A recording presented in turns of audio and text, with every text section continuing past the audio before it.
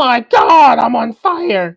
Halloween 2 immediately picks up after the events of the first movie, but then they change the ending to the first movie to suit their needs for the sequel, which I do not like.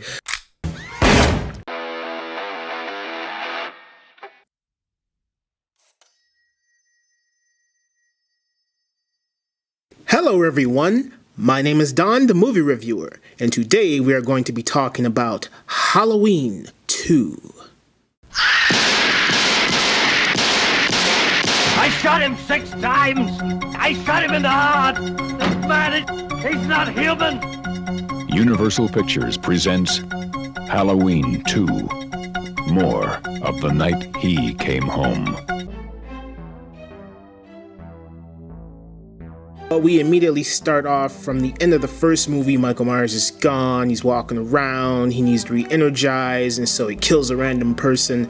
Then Laurie's rushed to the hospital, and then there's some love interest with this guy named Jimmy, and then there's this whole guy who has a boner for this nurse and he wants to bang her. And then we have Dr. Loomis running around just getting innocent people caught in the crossfire. We have some sequences of Haddonfield, the town, people just throwing stones at the Myers house and they're all upset. I like that kind of stuff in the movie. I would say that there were some scenes where you would hear the news bulletin on the radio in the background while a scene is taking place, and I thought those scenes were very well done.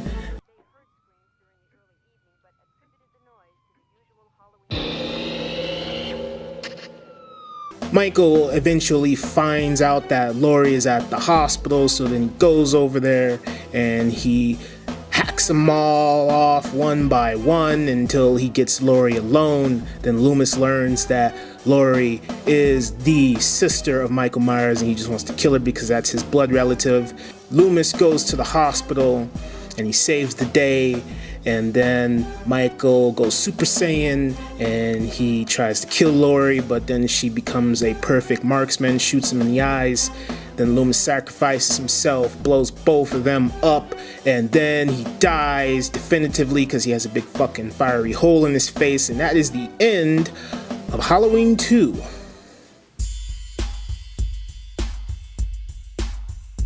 I didn't like Halloween 2 all that much. It is nowhere near as good as the first movie. I will say that yes, I am pissed about how they changed the ending to the first movie to suit their needs for this sequel. If you have to change the ending to a first movie, then there's no need to make a sequel, okay? You should have just left it alone. My favorite scene in this whole movie is the scene where Michael bumps into the guy with the boombox and the music kicks in and he's walking.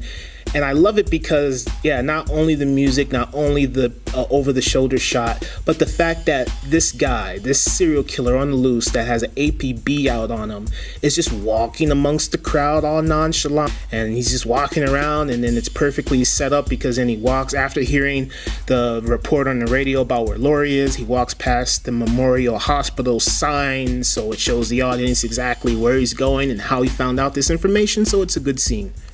I feel like all the stuff at the hospital is pointless. I don't care about this guy having a boner for this woman because they just die in the end. Then Jimmy, him liking Laurie means nothing here. You know, it's like, oh, he's going to save the day, but he's a doofus and he fucks up shit for Laurie twice.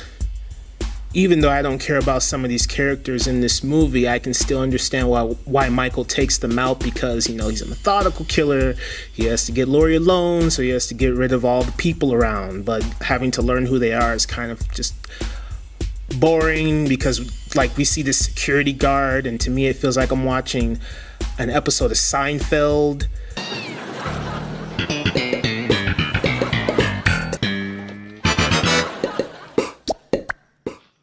And then I would say, just by the third act of the movie, this whole thing feels staged. It just all feels phony, and I'm zoned out at this point in the movie. I'm like, just end this already. I don't care.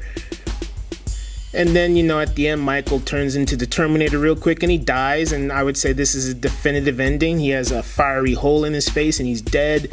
There's just weird stuff in here, like Michael I can understand him picking up a phone in the first movie, but then him completely letting a woman suck his thumb and then getting all mad about it when she rejects him. It's like, did you kill her because she didn't come on to you or something? Because you really moved your hand away in a manner that where you seemed upset. There's just lots of weird stuff in this movie, but it doesn't hold a candle to the first one. This movie is fine. It's not scary, really. It's got some thrilling sequences, but that's about it. And that's all I have to say. So as always, thank you for watching, and I will talk to you on Halloween 3.